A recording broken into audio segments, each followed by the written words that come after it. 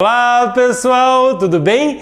Dica de número 27. Hoje falaremos do pleonasmo, da tautologia e da redundância, que em termos mais gerais vem a dar na mesma coisa, tem o mesmo significado, com uma diferença aqui do pleonasmo. A gente vai ver por que o pleonasmo, tem uma observação, coloquei um asterisco ali, tá?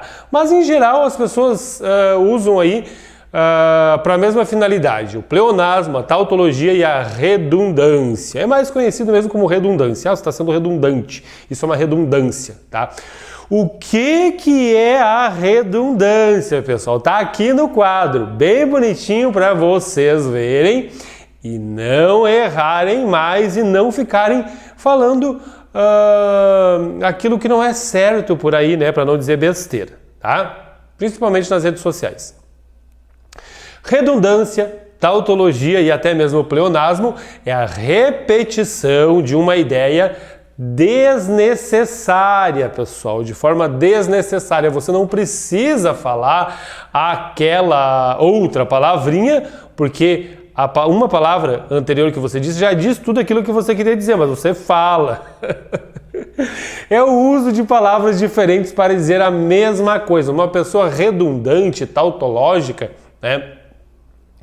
ela é uma pessoa que a gente chama de prolixa. A prolixidade é um defeito do texto, a gente vê isso em redação. Isso aqui é muito feio de vocês fazerem na redação. Aliás, é importante vocês entenderem isso, né? No dia a dia as pessoas falam, as pessoas vão falar e às vezes nem se dão conta. Eu mesmo às vezes falo, digo, isso que eu falei é uma redundância, né? O que não pode acontecer é de vocês fazerem isso na redação, tá? Por quê? Porque mostra falta de atenção de vocês. Está escrevendo e não está se dando conta do que está escrevendo. Isso é muito ruim. Então vai perdendo ponto sim. Subir para cima, descer para baixo. É muito comum a gente ouvir as pessoas falando isso, tá? E aqui uma observação. Gritar bem alto é pleonasmo, é tautologia, é redundância, que eu digo para as pessoas, né, não passarem vergonha nas redes sociais. Ai, professor, mas eu tenho dois vizinhos, um do lado direito grita mais baixo e o do lado esquerdo grita mais alto. Pode acontecer. Neste caso, foi-se a redundância. Dentro de um contexto pode acontecer.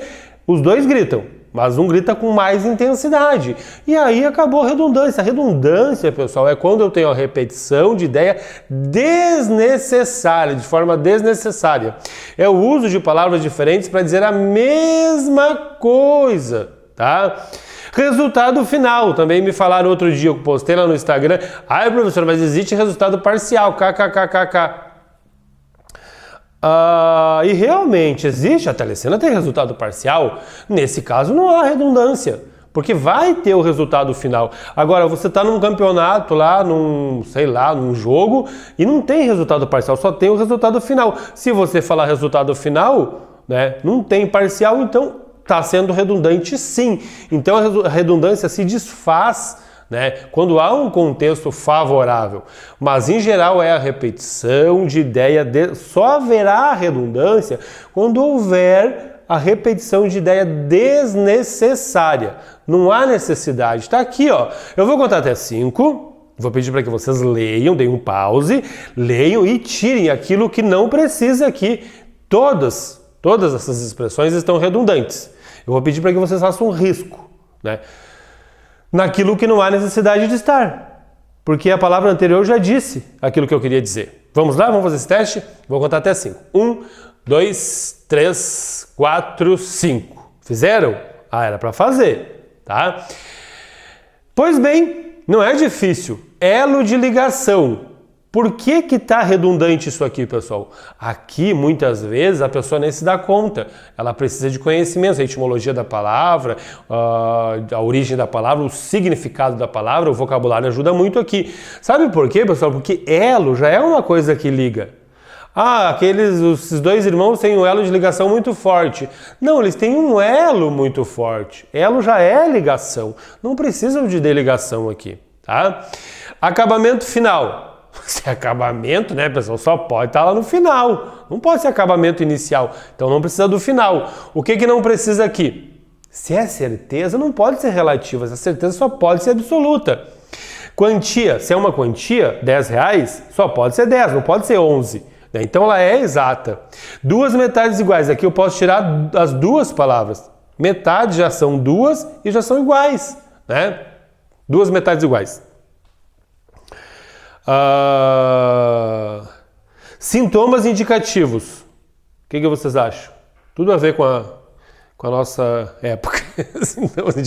Pessoal, sintomas já são indicativos. Tudo que é sintoma, o sintoma já é algo que indica alguma coisa, não precisa do indicativo.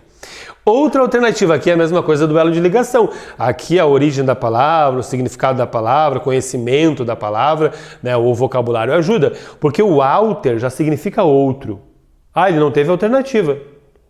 Não precisa, ele não teve outra alternativa. A alternativa já é outro, tá? Então não precisa do outro aqui. E às vezes a gente não se dá conta. Detalhes minuciosos. Se são detalhes, só podem ser minuciosos. Anexo junto à carta. Ou você coloca o anexo ou você coloca o junto. Né? Anexo à carta ou junto à carta. Os dois não dá. De sua livre... Pessoal, aqui também a mesma coisa. Imitaram lá no Instagram. De sua livre escolha, mas a pessoa pode estar sendo forçada com revólver, né, a fazer alguma coisa. Daí não é escolha, tem outro nome. É coação, né? Não sei que nome dá. Escolha é livre. Tá? Então não precisa do livre, de sua escolha. Todos foram unânimes. Unânime já é todos. Né? A votação foi unânime. Todos. Então não precisa do todos. Conviver junto. O que vocês acham que pode tirar aqui? O junto, né, pessoal? Conviver já é junto. Nós vamos conviver bem. Nós vamos conviver junto muito bem. Encarar só pode ser de frente. Amanhecer só pode ser o dia. Criação só pode ser nova, não tem criação velha. E surpresa, ninguém marca a hora para dar uma surpresa, né? Só toda surpresa é inesperada. Então, eu vou fazer uma surpresa. Teve uma surpresa. Foi uma surpresa inesperada. Claro que é inesperada, né? Porque é a surpresa. Então, pessoal, as pessoas falam no dia a dia, mas na hora de escrever fica muito feio, tá? Não façam isso. Agora, o histérico aqui, né, do pleonasmo, tá? Asterisco, quando dizer que eu tô falando errado. Eu tinha um professor que falava histérico. É uma figura de linguagem, pessoal. O pleonasmo entra no campo da estilística. O que é a figura de linguagem? Quando o autor se vale dessa repetição, né, para fins estilísticos, para deixar mais bonito o poema. O Manuel Bandeira, por exemplo, chovia uma triste chuva de resignação. Gente, olha que coisa mais linda isso.